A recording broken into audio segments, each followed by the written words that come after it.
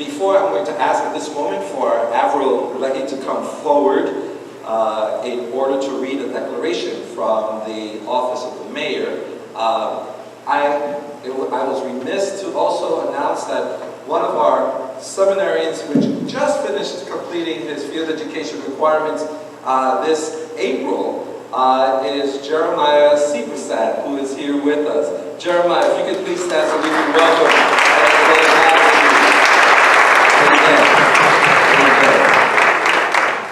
Jeremiah is taking Hebrew this summer. It's a full year in 8 weeks.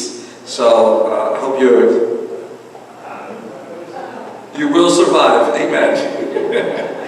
Okay, Avril. Good afternoon, everyone. Up until 2 days ago, I didn't think I'd be here, and I'm so happy that I was able to make it. And it is quite warm, but I'm so happy that all of you are able to be here to celebrate with us. It gives me great pleasure to share with you this proclamation on behalf of our Mayor, Adrian O'Map, City of Plainfield, New Jersey. Proclamation celebrating the 192nd anniversary of the United Presbyterian Church in Plainfield. Whereas on Saturday, July 22nd, 2017, the United Presbyterian Church will celebrate its 192nd anniversary with parishioners, residents, and visitors in the city of Plainfield. And whereas the United Presbyterian Church is a community of sisters and brothers from diverse backgrounds that seek to provide a place where all are welcome and will find their setting at the table. As Christians, we are called together and empowered by the Holy Spirit to study, worship, love, and to serve God. And whereas in 1825, 35 years before Plainfield existed as a city, the congregation of the Church of Plainfield gathered at the Mill Pond, now store parking lot of Watchung Avenue, for the first communion and dedicatory service as the founders of the First Presbyterian Church in Plainfield. And whereas history of the First Presbyterian Church of Plainfield's initial location was a small structure on Stagecoach Road, now Front Street. A new structure was built in 1855 as a simple white church on a site near the present City Hall. In 1888, a third church was built at 241 East Front Street, which was a landmark in downtown Plainfield for the first half of the 20th century. And whereas in 1971, the Grant Avenue Presbyterian Church and the First Presbyterian Church of Plainfield agreed to merge and became the United Presbyterian Church of Plainfield. This union invigorated both churches as they became one congregation of believers. And whereas the United Presbyterian Church takes pride in supporting or partnering with numerous community organizations in its church facility, including several social service agencies and groups, missions to local and national groups, and providing space for worship for 5 Christian congregations. And whereas the United Presbyterian Church has been the only home of Boy Scout Troop Number 5, which was organized in 1912, and is one of the oldest Boy Scout troops in the nation. Now, therefore, be it proclaimed, I, Adrian O'Map, Mayor of the City of Plainfield, would like to acknowledge and extend my congratulations to the United Presbyterian Church on its 192nd anniversary, and that I have the distinct honor of calling upon all church members, family, and friends to join me in celebrating this auspicious occasion. Signed by Adrian O'Map, Mayor. Again from the City of Plainfield.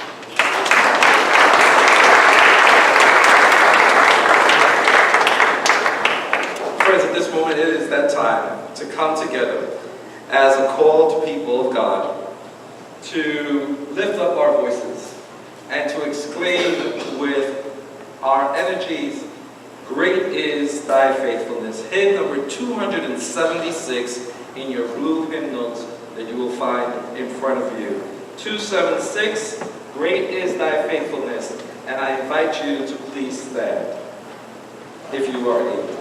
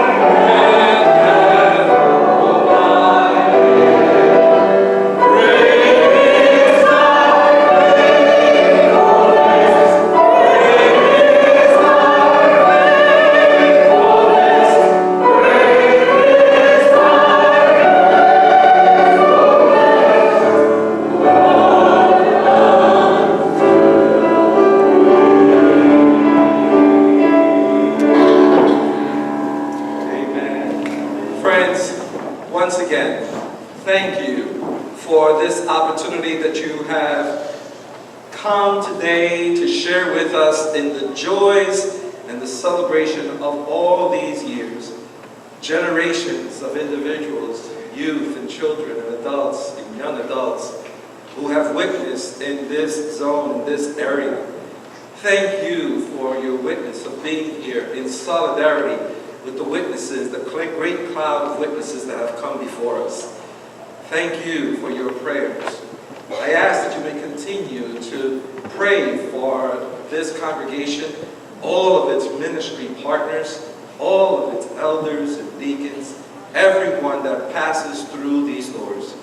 May we continue to be faithful to the one that has called us into being. I would like to, before the benediction, welcome you as well to Friendship Hall for a time of fellowship and a small meal that we have prepared for and with you, our dear sisters and brothers. And before the benediction, I do want to mention an individual who gathered us and reminded us that we need to remember the generations that have passed before us, who gathered us in small groups and in teams in order to look at various components, in order for us to truly celebrate Jesus in our midst. Friends, can you please join me as I ask Brother Jim Plummer to come forward and give him honor, give the Lord honor and glory for his commitment as work and dedication.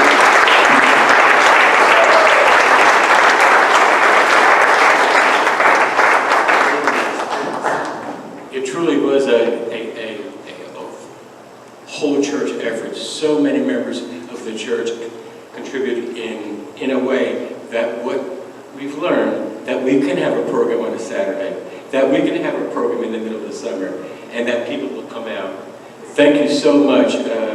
It's going to be hard to name individuals, so I won't do that. But again, saying that there's so many members of the church that worked on this, that it was very easy for me to just simply say, yes, let's do it.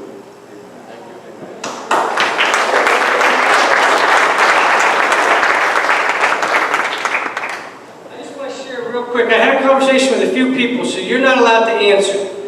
Does anyone know why it's 192? I know it's the number of years, but why did we decide to do it for 192, not 190 was the question asked to me. Why not wait till 195? Why do you think that is? Anybody have an answer? Other than the ones I told. One reason, and Pastor mentioned, Jim Plummer. He said, this is it. We've talked about it long enough. We will celebrate this church's anniversary. So God bless you.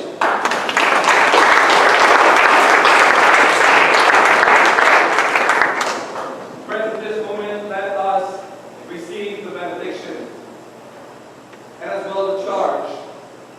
First of all, the charge is tomorrow we have worship at 10:30. Come on over. We're going to continue to have the celebration. Amen. The other is for all our ministry partners, continue your faithful work in the proclamation of the good news. We give honor and glory to the Lord when we come together in worship. When we honor the Lord and realize that we, friends, are not divided. The church is not losing its impact because of the power of the gospel and the Spirit in your life. Continue to proclaim the good news. Continue to be a vehicle and an inspiration to the generations that are here and those that are to come. And now, may the grace of our Lord and Savior Jesus the Christ, the love of the living God, the communion and fellowship of the Holy Spirit be with us now and always. And the people of God